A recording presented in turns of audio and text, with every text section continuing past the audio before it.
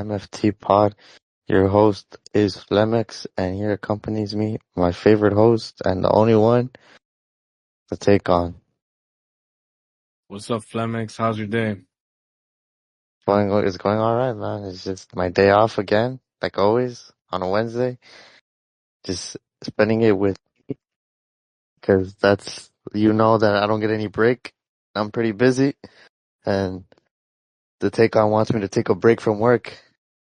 You should. You need a deserved vacation. At least take a week, man. Even if it's not paid. I should have my sick hours, so that's guaranteed there. Anyway, let's talk about some wrestling now.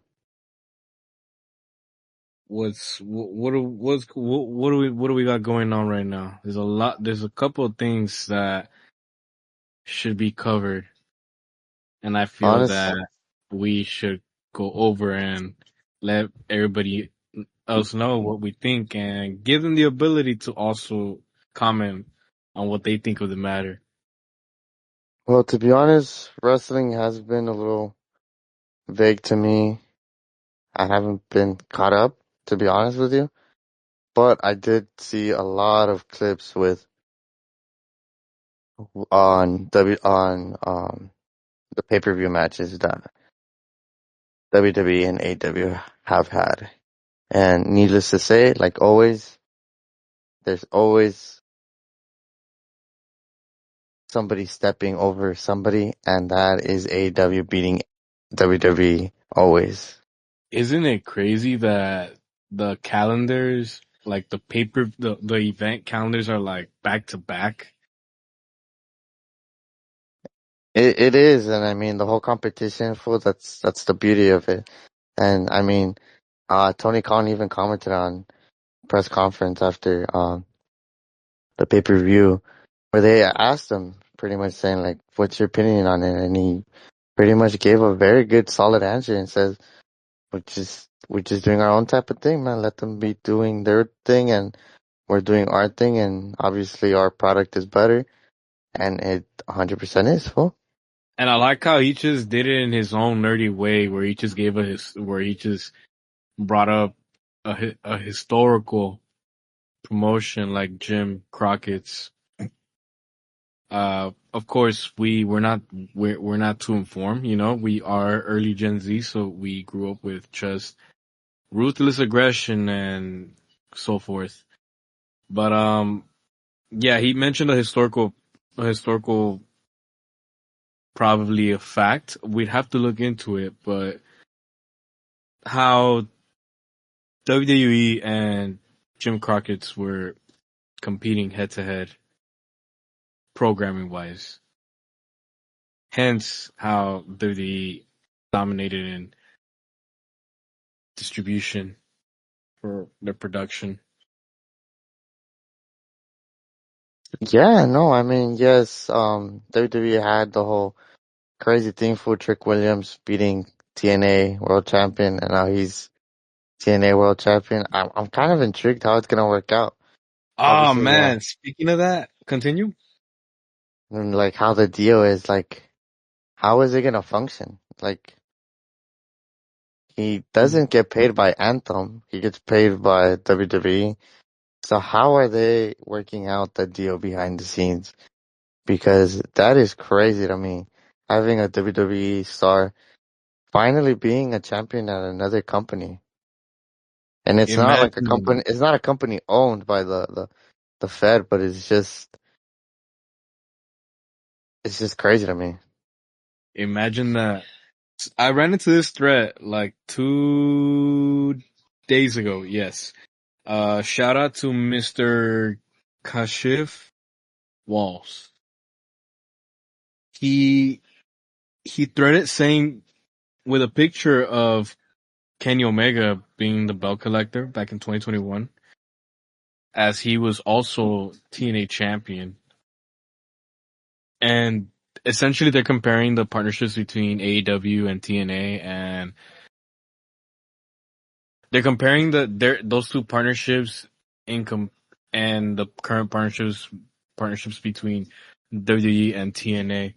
So Mr. Kashif Walls said, remember when AEW and TNA had a partnership? Remember how everyone said it only benefited AEW because AEW won most matches? AEW won most TNA belts. TNA wrestlers jumped to AEW. Now TNA has a partnership with WWE NXT where WWE NXT wrestlers win more and TNA wrestlers take L's at Mania and TNA wrestlers drop championships to NXT wrestlers and TNA wrestlers jump to WWE NXT. Now people are saying this partnership is great for TNA. What changed? And to me, that threat just came off as like, yeah, the AEW partnership and TNA partnership was better. And trust me and believe. And look, we have yet to see any further on how that partnership is going to go. We have already discussed how in a hypothetical scenario, if WWE ever were to decide to acquire TNA, you said it yourself that TNA can end up being in the library archive or conjoin with the performance center, which just makes sense because of TNA's booking. They have often stayed in between the mixed hybrid of of staying traditional with pro wrestling while also going into outlandish storylines, which we could talk another time or I could just mention that Eric Young was murdered, quote unquote murdered on TNA television. So that tells you a lot about their philosophy on booking. But anyway, I digress. So he said that and that's how it just struck off to me. So I commented saying, I see what you're saying. But as a AEW fan, I noticed that TNA was directly buried while they were partners with AEW based on the promos TK would cut. And I set an example, and it was a video of Tony Khan with Tony Schiavone and a few other talent that most of them have left, like Ricky, Dolph Ziggler's brother, uh, Matt Hardy. So there was a video where Tony Khan was saying that he brought like a small group of talent from his roster and that it still has more star power than the roster that TNA has, which I don't know to me, I don't know about to you. First of all, what does that statement sound like to you? Does that sound like a burial? You don't hear Tony Khan cutting those type of promos against CMLL or New Japan. It's always like a deal where like these guys from the other companies are coming into AEW television and having matches with AEW talent.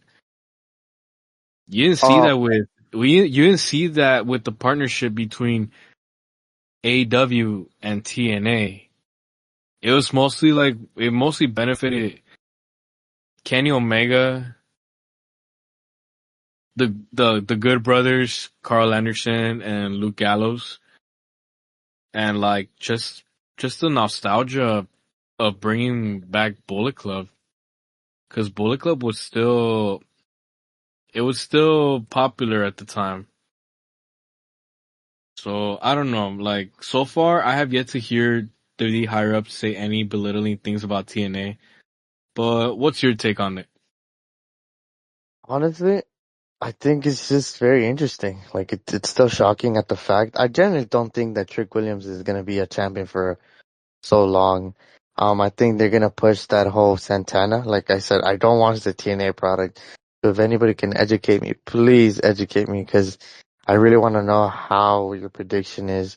But so far from what I've investigated on my own is essentially, I guess they're pushing Santana to be him, and they're probably just gonna have Santana win the TNA World Championship. I don't think it's necessarily like a big, long reign of Trick Williams taking over TNA and keeping him for like 2, 3, 5 X months. I think it's just gonna be like just 1 month, to be honest. I could see it happen. Yeah, a month. You're right, because we only get like one. We only get NXT once a week, so imagine that it's 4 appearances. plus the pay-per-view, so that could be 5. It's just gonna be a month, Mm. personally for me. Um, I don't think the TNA World Championship should be defended in NXT, considering that the WWE considers it as a developmental show. And I'm just taking this with a grain of salt, with Triple H pretty much saying it is a developmental show for up and coming stars to get to the main roster. So if Trick Williams defends the the TNA World Champion in NXT, it kind of belittles it. And it kind of proves the whole point of everybody saying like, yeah, the TNA partnership with the WWE is kind of ass. Why? Because it's like WWE belittling it and putting it into like, yeah, your championship is kind of only worth a developmental. I guess it all boils down that NXT is watched by the same niche crowd that we're in that watches AEW and other wrestling shows, because you can't compare the crowd that watches NXT with the main roster crowd. So Correct. And if I was Anthem, unfortunately, that's just how it is. yeah, but if I was Anthem, I wouldn't want my title to be belittled, right? I get you. If But you you want to know, make a bigger impact and kind of like shut up the fans, it would be having it in the main roster. Or like if AJ Styles somehow they kind of come to an agreement they and he bring AJ becomes the Styles TNA, the world T or champion, and T. he defends it in the main roster. That would be shocking. Similar to like the TNA and AEW product. He defended it in AEW. He didn't defend it in a developmental show. I hear you. You know, I've been keeping up with the Lucha news, and I know I'm kind of going sidetracking a little bit, but Triple A is gonna have this Triplemania Regia show, and it's essentially gonna be like WWE's version of Forbidden Door,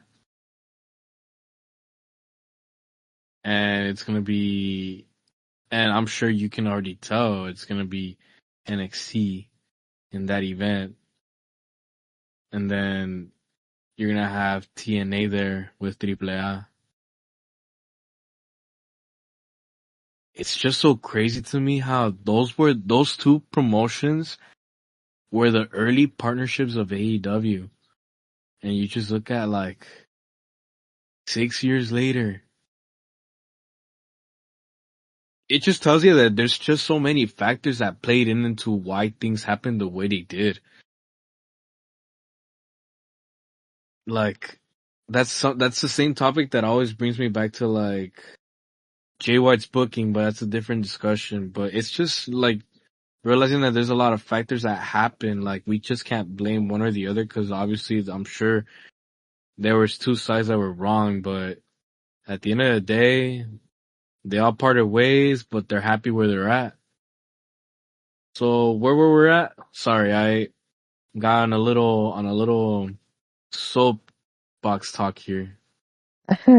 No, it's just I wonder how the TNA world champion is going to be defended, to be honest. I am really intrigued by it.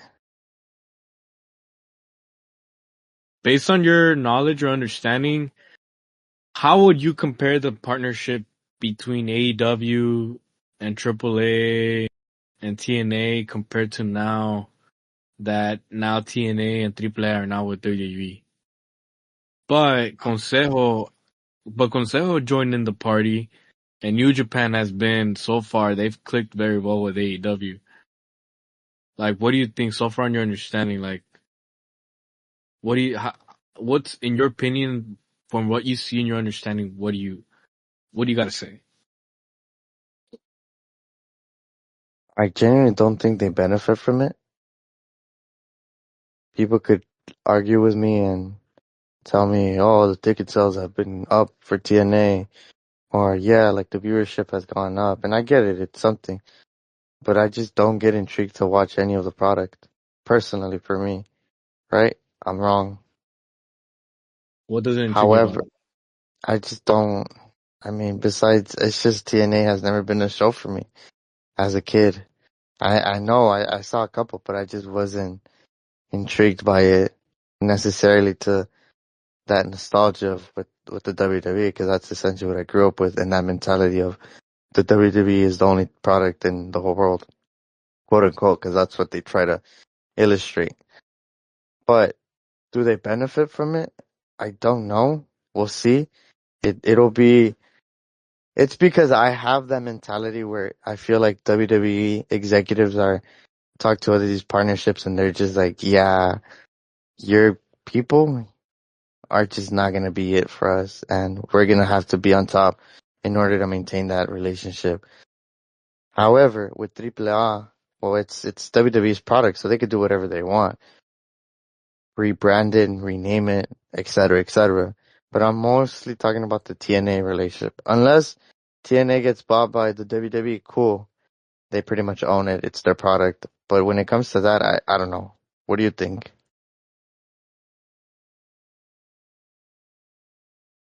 Well, it has been mentioned that TNA can likely become Evolve, perhaps merge with Evolve or LFG.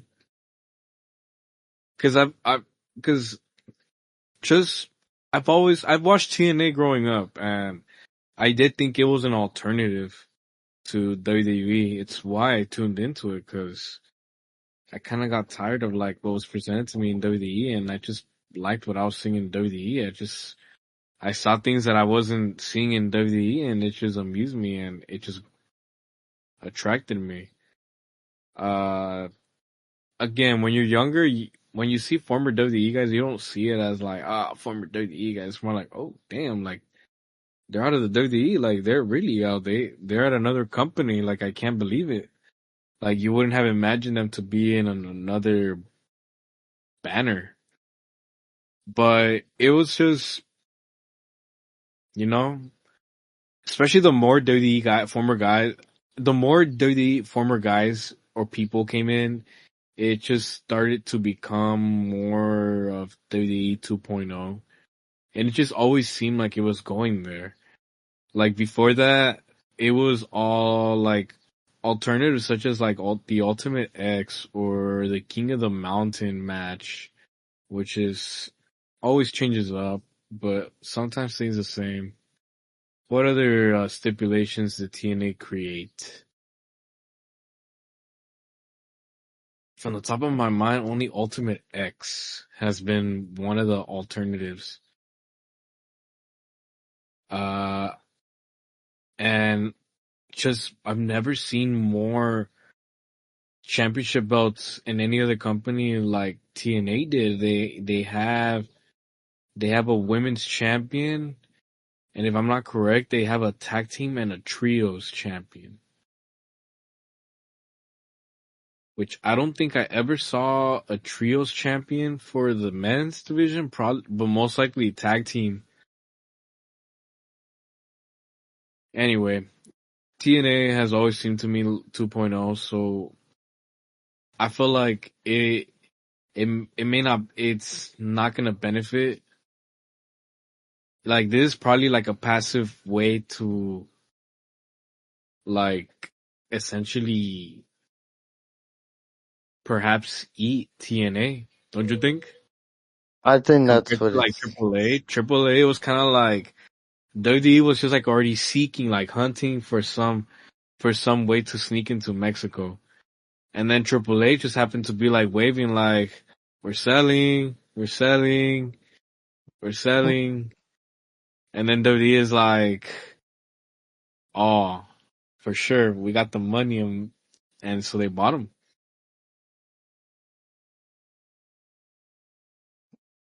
What do you think? And I'm yeah, they bought it, and I genuinely I don't know how TKO is gonna go with Anthem. Can you? I know you know a little bit more basic information of Anthem. Are they very big? Are they small? Or what is your The take only, on it? the only, the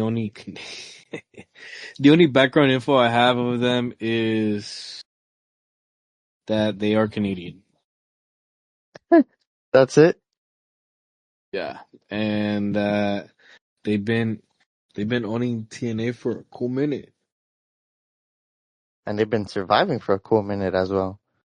Anthem Sports Entertainment. It's a Canadian multinational media company based in Toronto, Canada. It's why you've seen like a lot of Canadians in TNA. It's because of Anthem. They have Scott D'Amore, who's also Canadian. They had. They had, yeah, you're right. Essentially, Anthem Sports Entertainment is kind of like what Sinclair Broadcast was. It's like a broadcasting media company. Wait, do they broadcast? Yeah, I they don't. do. They Yeah, broadcast. They broadcast their television production. And the nice. subsidiaries is Access TV, Fight Network,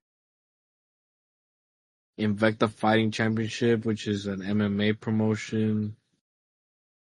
Yeah, these guys are just sports entertainment, so that's who TNA is owned by. But we'll see.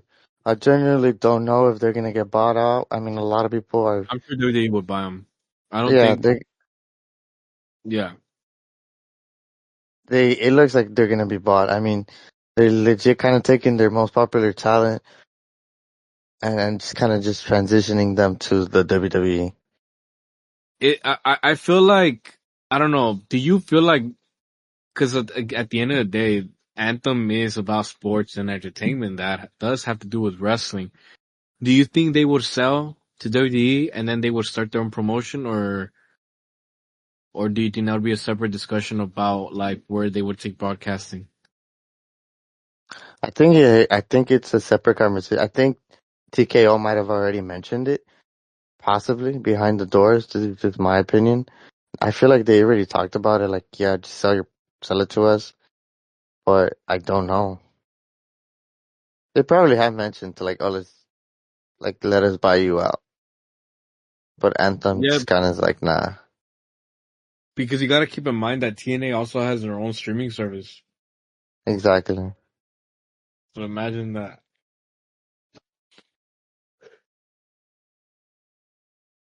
We're But with AAA, they already owned it, and as you mentioned, like there's high chances that it could turn into NXT Mexico.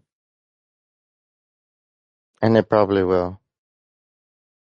But I really want to talk about it. Sorry to, we'll switch to the next topic because I'm very excited to talk about it. Hangman Adam Page. Let's Finish the talk about it. story. Let him finish the story. Let him become the champion, please, for the love of God. Let him, and let's not wait for Darby Allin. We were talking about this before the Discord call that we have on at the moment, and necessarily speaking, we were talking about how Darby Allin. We get it. He's like this freaky daredevil, doing every sorts of moveset, but we just don't see him as a champion. And we really are hoping for Hangman to be, and finally get rid of that Death Rider bullshit storyline and just move on. We need him to become champion for the second time.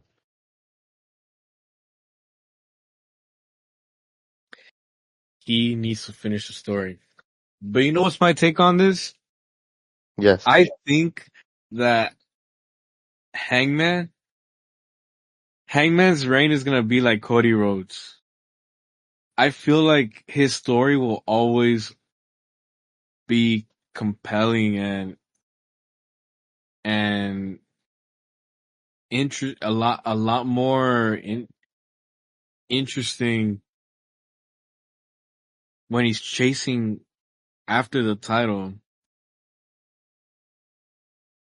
than when I feel like he's gonna be those cases that where it's gonna be special when he's chasing after the champion, but once he becomes champion, like where do they pivot? Like chances are they're gonna take it back to Swerve Strickland, and that again that could just take it back to like one of the best rivalries, as you mentioned, of AEW history. but is it something that is worth going back to? Perhaps. Swerve still has a it still has a is he's still a isn't he's technically still a contender for that champion as well? Who? Swerve. I believe so. So there's a lot of guys that are trying to go after the world champion, such as the man that Hangman faced at Double or Nothing, Will Ospreay. I I am not disappointed that he lost, and the reason why it's because he's very over, very talented. A lot of fans, and I'm sure you can agree with this because you're more in the streets on X more than I am, but a lot of people were underestimating Will Ospreay for his ability to transition from indie feds to the U.S. national television.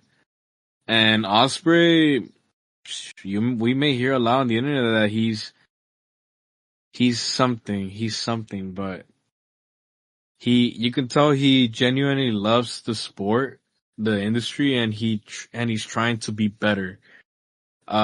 His in ring is always going to be exciting, so I just don't see him I don't see his momentum ever going down. He can always put up a good main event match, just as like we saw at Double or Nothing. Will Ospreay, he can cut a promo, come off very genuine. Cause like, I feel like anytime you see Ospreay cut a promo, it's not him being fake. He's not pretending. That's literally him. Like he can deny saying bruv in real life all he wants, but it sounds like it's part of him. He just sounds like like I would imagine like us, but instead that he's from England, like he's from the hood, but from England. So I don't know. That's the impression I get from Osprey. So I see him over right now, and he's gonna stay over for a long time. But Hangman, his story needs to he needs to finish the story, become world champion, and I may be underestimating right now what his reign is gonna look like. But I just hope that reign he finally dethrones Jon Moxley and the Death Riders. I appreciate that they have gone for this long because it has helped AEW in many ways that we would not believe. Just by knowing that Jon Moxley, who's a former WWE champion, is now the holder of the AEW's top prize, which ironically speaking never walks out with it, but it's just how they announced that he's a world champion. He's in the main event.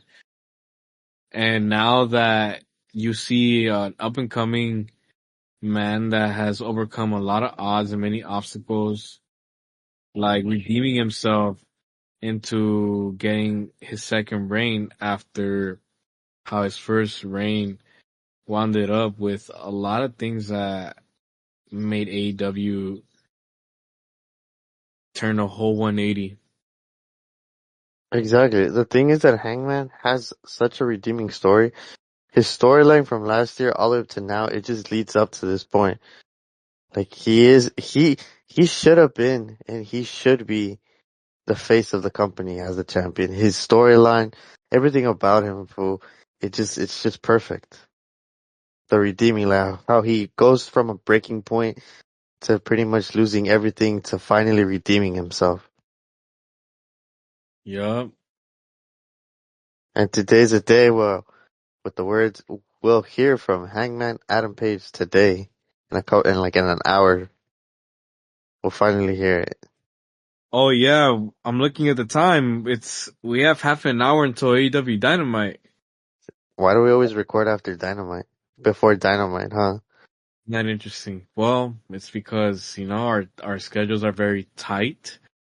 We both do things, we both separately do have to do things after like W- Dynamite. We distract ourselves. We go out. We have a little bit of fun. Not always about wrestling, but just days off. For me personally, I just gotta enjoy some off time. Not worrying about work or any of that. It's always nice. It's always nice and fun to me to just wake up and look at my notifications on threads and just seeing a lot of people like just being so passionate about pro wrestling, and it just brings me into the app. What can I say, man? I mean, I should sometimes I should be yeah, on the app, huh? I you should should. finally start posting my ideas that I always tell you about. And I always Hey, say, man, it's why we built this, because now you get the chance to express effortlessly myself. express yourself, because having to type a post not only requires brain power, but it it requires uh I guess just brain power, because you have to not only focus on what you're gonna write, but you have to fully focus what it's gonna be about. Isn't And it it'll crazy that we're require you to recording episode four and I have yet to post episode 3? uh so ladies and gentlemen, Flemex for the past a week and a half, right? Yes, it's been a week. More than a He, week. my man's here has been struggling to upload episode 3 because the files have been a little complicated. And so I had to figure it out. Thankfully, Mr. I've, Genius over here. you as a content creator, you go through your own troubles and you figure your way out. So I had to help in trying to like really make this episode work. Thanks to RJ Sykes for recommending me Canva. So I tried Canva and I uploaded that audio file, and he has a thumbnail. It never changes, y'all. So you already know that's what our thumbnail is always going to look like. It's always going to be me, the take on, and Flemex talking on the phone. And in the bubble, you'll always see you'll get an idea of what the topic is going to be about. But anyway, so now I'm sure you guys have noticed that the clips, reels, TikToks have been pretty active. There will be more to go. I am just finishing episode 1, and I'm gonna slowly start putting out episode 2 on TikTok and Instagram. Stay tuned. There's gonna be more appealing content coming your way. Thank you, thank you. But I do apologize on my behalf. It's just work has been pretty stressful for the past month. So I'm really trying to get work done. Usually, if just a little personal side, usually what I used to do is back work wasn't that much, I guess you can say, very stressful. Right at that point where I was just chilling, me la ponía bien papas, like the take on says. But for anybody that's not a Spanish speaker, she's taking it very slow, very mellow. And now it's been very stressful. A lot of numbers, a lot of quotas, a lot of things are just being put constantly. And I don't even have time to go to the gym, and I've been inconsistent. I just go to work, get home, eat, shower, and I usually knock out. So on my days off, I usually just take advantage of it, keep up with some of the things, and just pretty much watching wrestling here and there. Cool. I have a question for you. Yes. If the day you decide to take time off, would you put time on this, or would you 100%, 100%. This is something that I really like doing every single week. Every single time it's 2:30, TakeOn finally calls me and he's like, "You ready?" And I'm like, "I'm ready." You already know. You already know. So, what we're gonna take this is there's a lot there are things that have been going on in wrestling, as you already know. Special stories. We also got like head to head programming between the two head promotions of the US.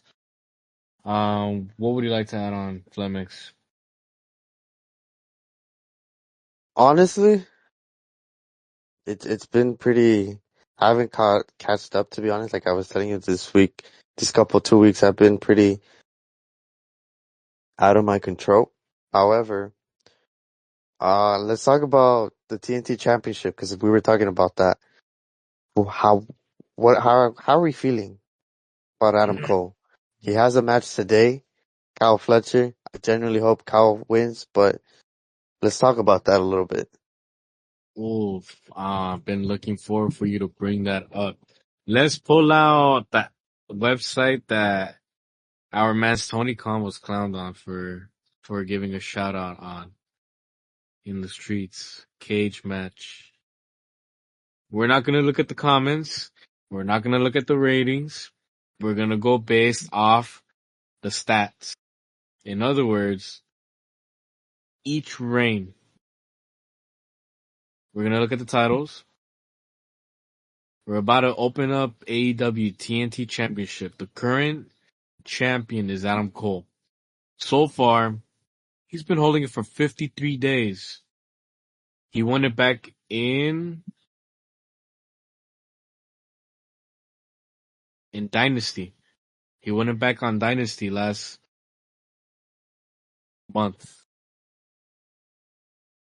And 53 days later, what have we seen of Adam Cole?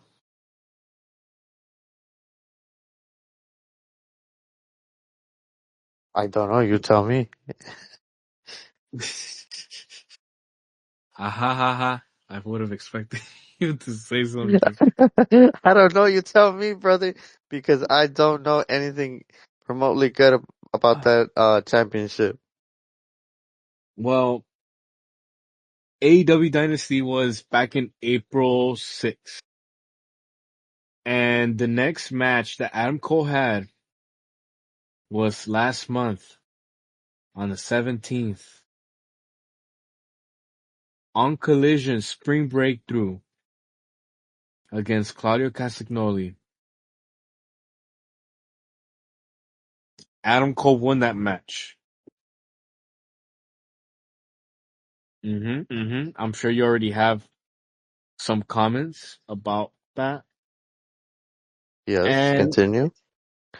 Adam Cole, if we look, shit, let's mute that. Hopefully you didn't hear that. The last match Adam Cole had, the last singles match, was last month. And then a couple days ago, he was in a match at Double or Nothing with Paragon.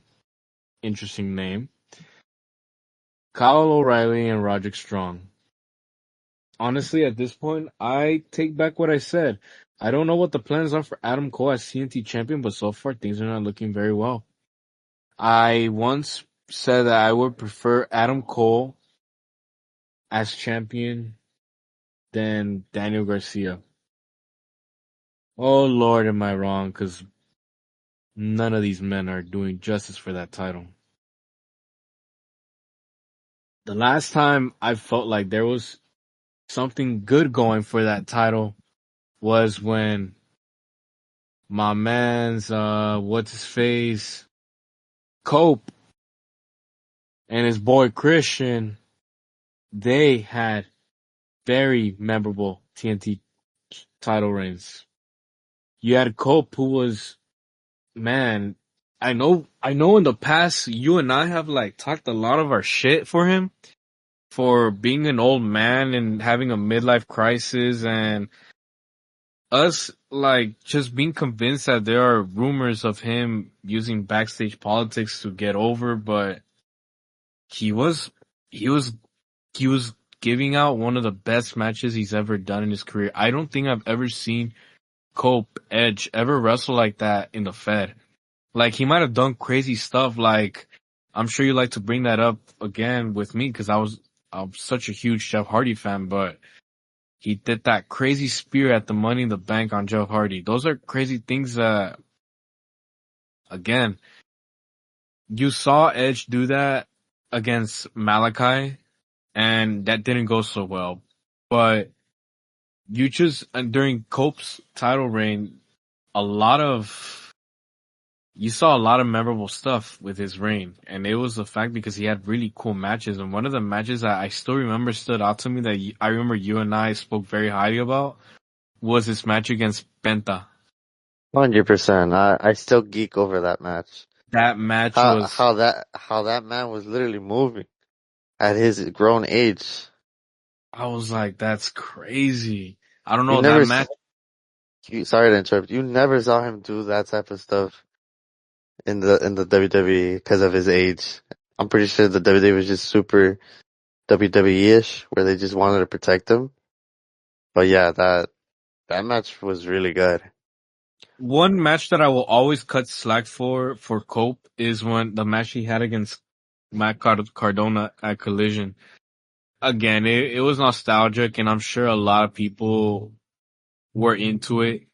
You know, they know who these guys are. They just have different names. But that's one match I forgive because it's a match that you see in WWE, but that Penta versus Cope match, that was an AEW match because you don't see Penta have matches like that. You can compare his matches with Chad Gable or Dragon Lee. It's not gonna compare to the matches that Penta had in AEW.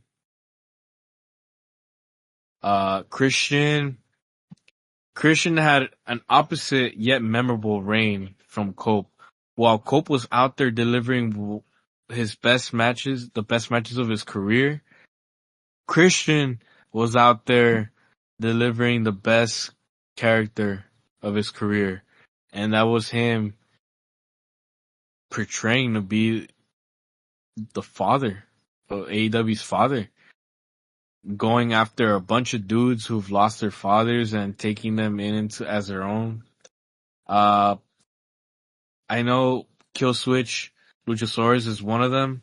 I know you and I have had our feelings about him, but lately we have not heard much about his health update, and we can only just hope that he's recovering well. But Christian's title run was very memorable, very memorable. It was character work, but it was meme. It was a meme. You could have made a lot of memes out of Christian's father gimmick. Um, we go back to Luchasaurus, former champion, Wardlow. Man, I'm still heartbroken by that. Powerhouse Hobbs. The TNT championship was cursed when Sammy Guevara got it. There was no reason for Sammy Guevara to have that champion. It didn't help that Scorpio Sky had it either. Like, there's nothing interesting about him. Sammy Guevara got it back. Then Scorpio Sky got it back. It was a championship that was just constantly exchanged back and forth, and the title just didn't have that much meaning. Darby Allin gave it meaning. Um, again, Christian gave it meaning. You know who else gave it? You know who else gave that championship meaning? Cody Rhodes. Yes, What about Brody Lee, Mr. Miro? Brody Lee, Miro especially. Miro's Miro's character, and I've looked back. Miro's character and in the TNT Championship momentum was ruined when Sammy Guevara won Miro. And I don't know. What do you think? Do you see why Miro did not want a job to anybody else in AEW again after he lost to Sammy? I think the TNT Championship has lost its touch, which is kind of unfortunate. Like I said, I think a lot of people highly put that championship at a good tier with how the Reign War was with, like you mentioned, Miro. And then you have Daniel Garcia and Jack Perry, who pretty much kind of did nothing with it. I mean, it was cool, the design and everything, but I genuinely felt like it just brought nothing to the table. A lot of one can argue that Daniel Garcia was given that title just so he didn't go to NXT, right? But Yes. I genuinely felt like it just brought nothing to the table. And then Adam Cole's reign, it's kind of just, I don't know, like Adam Cole went from being at the world title picture to like one of the hottest storylines AEW has to just to have the undisputed era or kingdom to just nothing. And I get injuries happen and stuff like that, but it's just bad. I don't know. Adam Cole's run, these recent run, I guess you could say, it's just not been it. He's better off as a AEW Trios champion. Jeez, that's crazy. Adam Cole, yeah, bro, because I feel like his Trios matches are better than the singles matches.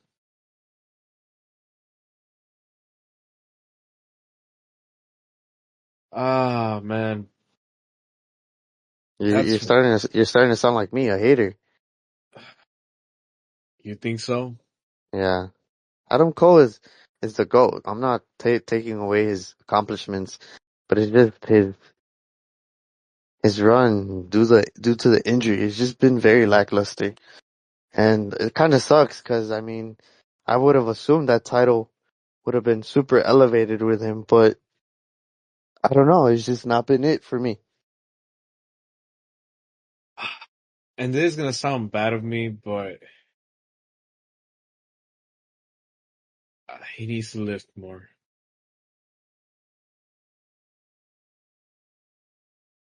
Um, He just needs to beef up a little bit, huh? it's because I don't know, man. I mean, I mean, injuries just don't happen. Injuries just don't happen really that bad. I mean, if you, there's a reason why there's physical therapy, and it's because your bone obviously goes through trauma, but they focus on the muscles surrounding the bone, the damaged bone that helps you better support. So muscles, especially for his field, is very important, whether we like it or not, whether we want to admit it or not. Being physically fit is crucial for that sport because soccer players, if they're not working on their legs, because again, when you do cardio or when you do all those drills, you build muscle. Like you build muscle on your like your ankles, your Achilles. You get more muscles on your calves. And if you have like a fall, a regular person can actually break a bone. Like they can actually like fracture or sprain an ankle like nothing. Someone with someone that does have muscle is not likely to have that much of severe injury. I'm not saying that having muscles prevents you from having injuries in general in wrestling, because no, that's not what I'm trying to say. You'd have to not be an athlete for you to assume that. If you're an athlete, you know that you're still going to be injured, but but being fit does minimize severe injuries. So that's just what I have to say. I'm sorry, but my man's Adam Cole. I miss thick Adam Cole from ROH. Where are we going? Well, hopefully the TNT Championship finally gets somebody to redeem it. And who would that be, from your honest opinion? We were just talking about Adam Cole having a match later on, so it's gonna be Kyle Fletcher. I hope Kyle Fletcher wins because I've talked trash about Kyle Fletcher's ROH TV title reign. I don't know what his TNT title reign is gonna look like. For sure his matches are always gonna deliver. Always. But we don't know how well included the TNT champion is gonna be included on television programming. I mean, we already know that the world champion is like the main centerpiece. I mean, everybody's after Moxley. Adam Cole, we really had to think about who was the TNT champion, and it's Adam Cole. We almost forgot Adam Cole is a champion. And it didn't help that we forgot that Daniel Garcia was champion during his reign as well.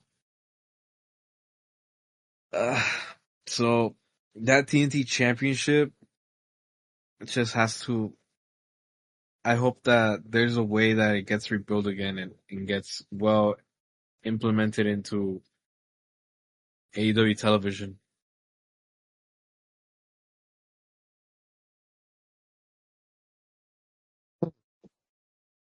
Interesting. Anything else you'd like to add on?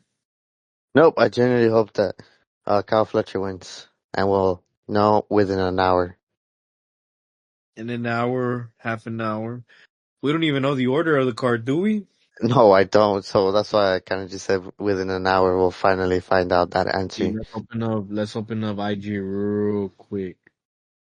It's 4:44. The album Jay-Z. That album was kind of mid, to be honest. It was mid. But it was hyped all over his platform title.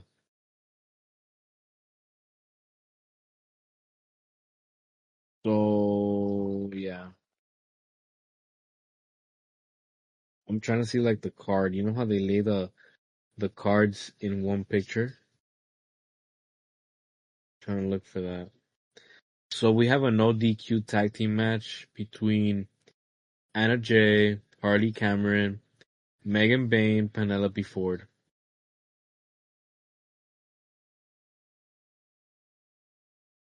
Then we're having a mixed trios. Mike Bailey, Mark Briscoe, and Willow Nightingale against John Moxley, Marina Shafir, and Gabe Kidd. Bro, Gabe Kidd looks like he could be John Moxley's brother in this picture.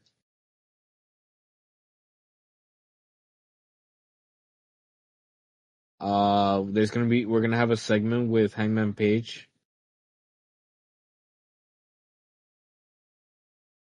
Uh,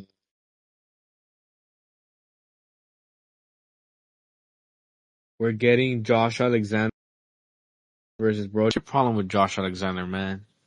You never got back to me on Threads. Did I not? No,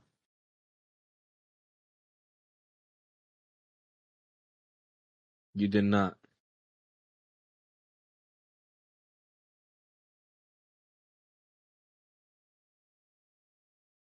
So What do you? essentially, I just don't find anything good about that person. Why? It's just I just never watched his matches. And when I did, I was kind of like, oh, it's okay. It's not the greatest thing. But you tell me otherwise that he's really good.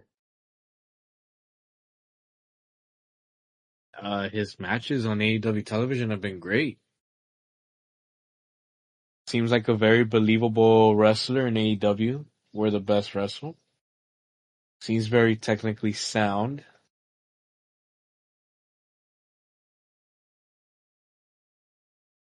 I could see him having a bang. I think he already had a banger with Osprey.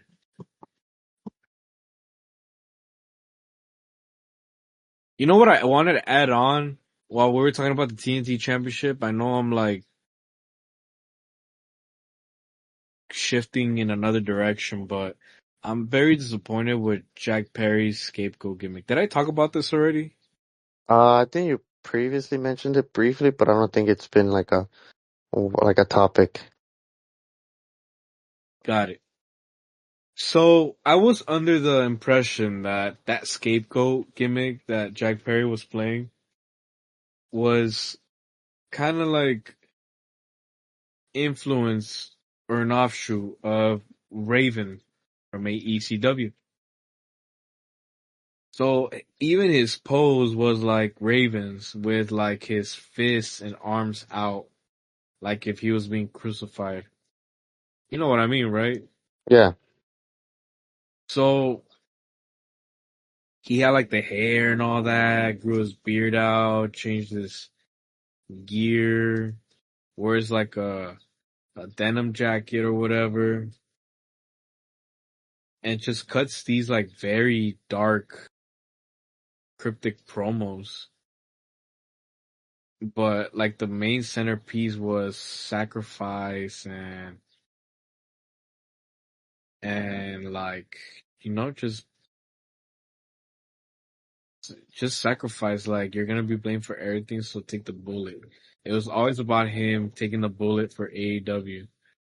And that's just all it was. Like there was just no in depth to like the scapegoat gimmick. It was just a spite the WWE fans is what it felt like. What do you think? Where is he? Is he off TV? Yeah, he hasn't been wrestling. He hasn't been seen since January.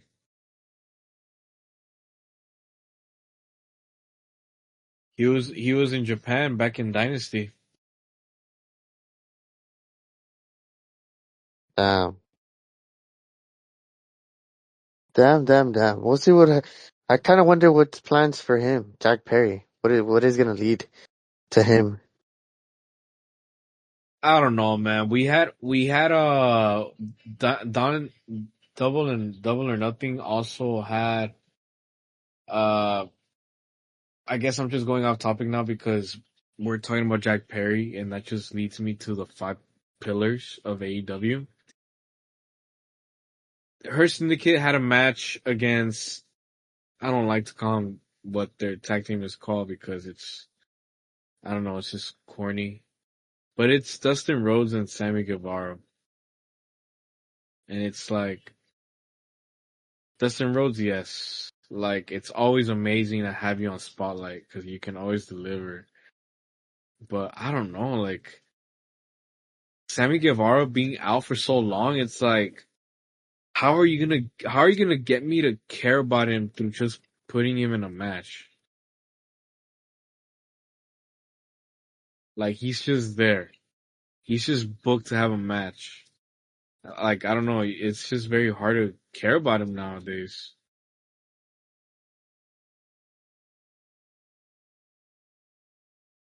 What do you think? Which I don't know. I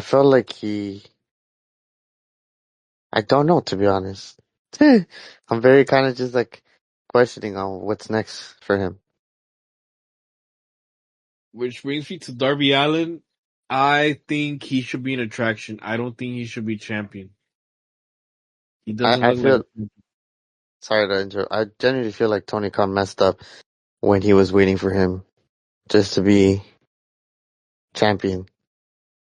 If Hangman loses, oh my lord, I'm gonna be so mad if this is all still for Darby. Because then what happens to Hangman? And so here's a question. If he loses, what happens next? If he wins, what happens next? It's as if like, I don't know, we just see what we see about Hangman and we just don't know what's gonna happen next.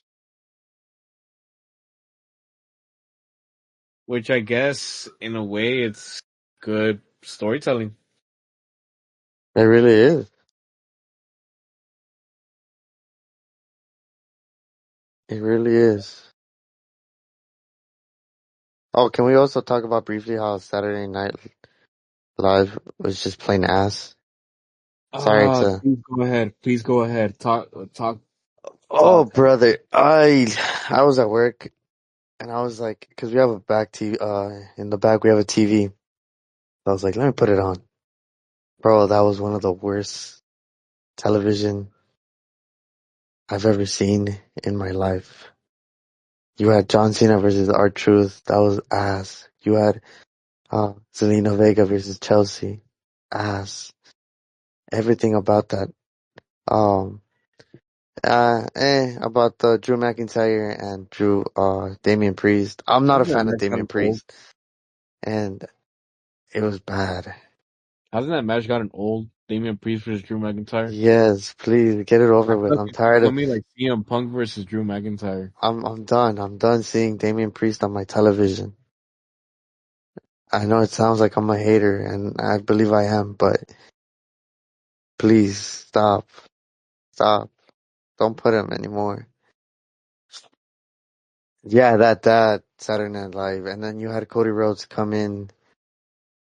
It was terrible, and then they announced for Money in the Bank, John Cena, Logan Paul versus Jimmy's brother and Cody Rhodes. Please, The Yeet Man and Cody, man.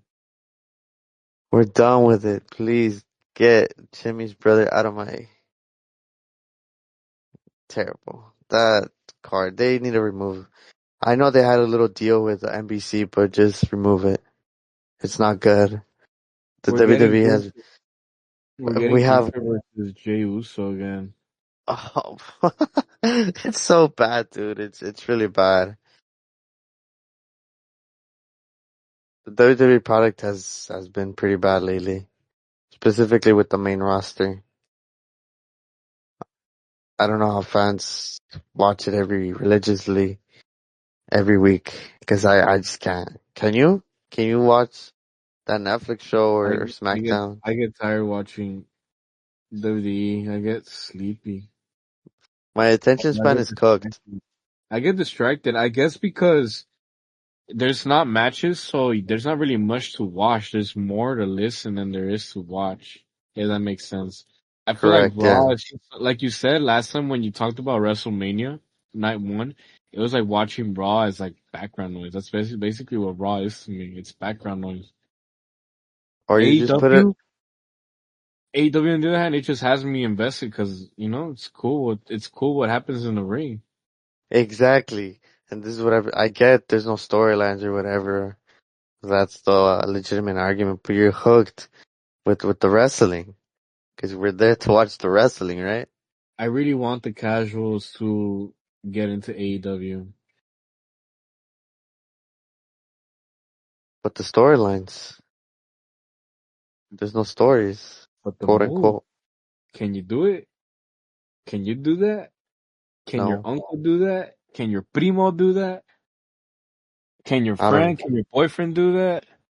Can your girlfriend do that? You know, it's just cool how you see like these very talented individuals like doing all these crazy things in the ring that man, you can't even imagine not even your own favorite soccer player, football player to do those things. It's just like very crazy. Like crazy stunt work.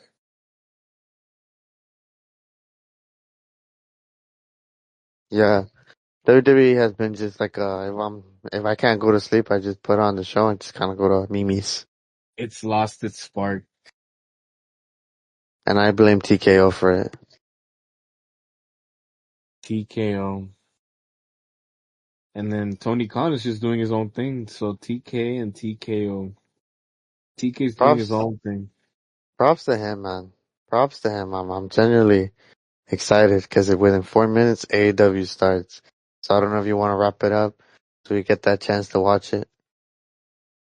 All right, y'all, we can wrap it up. There was, as we mentioned earlier in the episode, there is only a few things that we felt like that needed to be covered. But, after this episode, we're gonna go through the whole week. We're gonna jot down what is worth talking about, and we're gonna involve you guys into conversations. Thank you very much for listening. We will be dropping out clips soon.